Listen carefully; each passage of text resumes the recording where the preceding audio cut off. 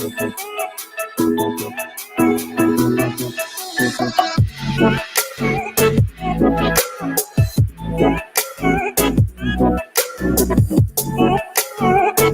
blessed afternoon to all of you. Welcome to today's webinar on assessment strategies for hybrid learning. How are you doing? So I hope you are all doing well and thank you for being here today. I am your host, Candy Cruz, a public senior high school teacher and former media practitioner. If you have any questions, please use our comment section. And if you miss anything in our webinar, don't worry. We'll be sharing the recording with you in our GC or Facebook page when it is available. So today, we'll be focusing on the different assessment strategies for hybrid learning. Now, to have a deeper understanding of the various assessment methods, let me call on our first speaker, Ms. Andrea Padon. Thank you so much, Ma'am Candy. Now, let's move to the assessment of learning or AOL. It is also known as assessment ng natutunan or assessment ng pagkatuto. So, what type of assessment is this? It is the summative type of assessment used by the teacher to determine what the students have learned in a unit or chapter. It is also done to certify students' competence. So, what are the examples? Examples of assessment of learning are long quiz, unit test, and quarterly exam taken by the students. How about the purpose of it? The assessment of learning are assessment for grading purposes. So it means this type of assessment are usually the one being recorded.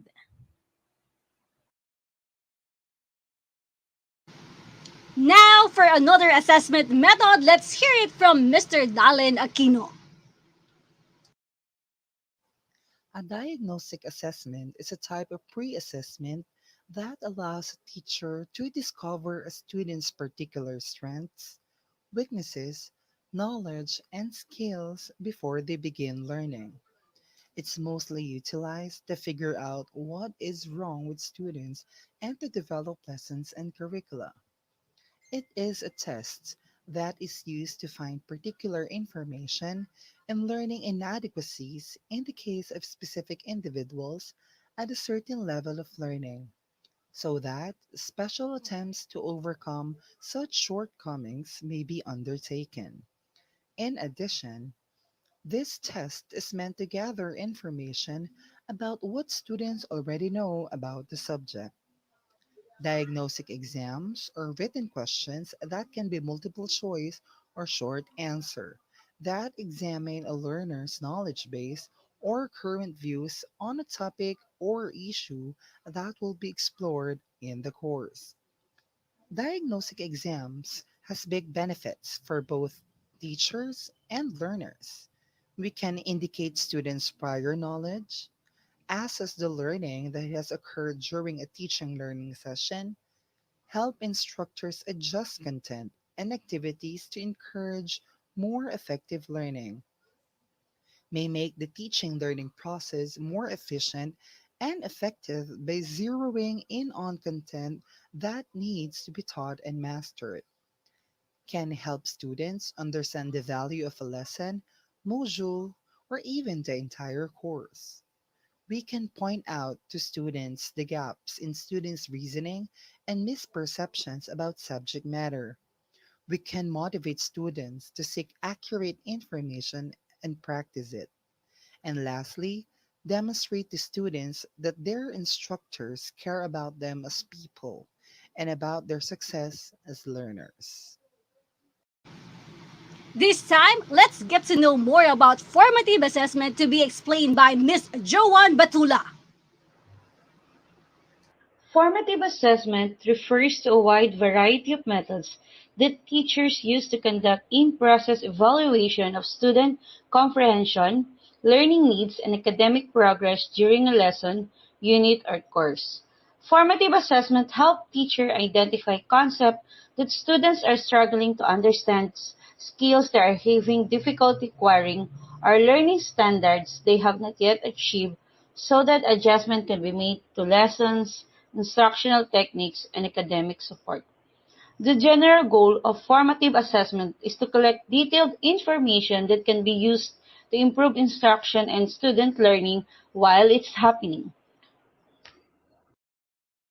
At this moment, let's move on to our next speaker, Ms. Marie Antoinette A. Jose.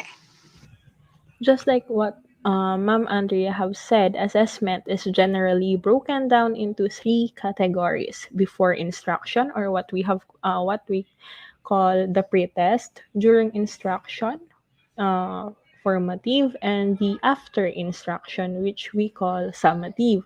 To further complicate the matters, it could be argued that the pre-assessment is both of and for learning.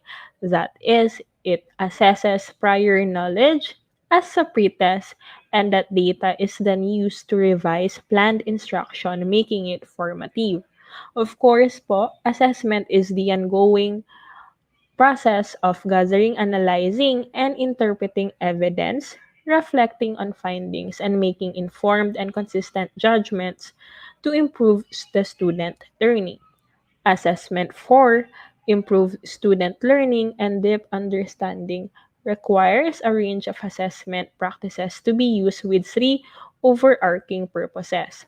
The first one po is the assessment for learning. Assessment for learning occurs when teachers use inferences about student progress to inform their teaching, or which we call the formative assessment. Assessment as learning occurs when students reflect on and monitor their progress to inform their future learning goals, or what we call the formative assessment.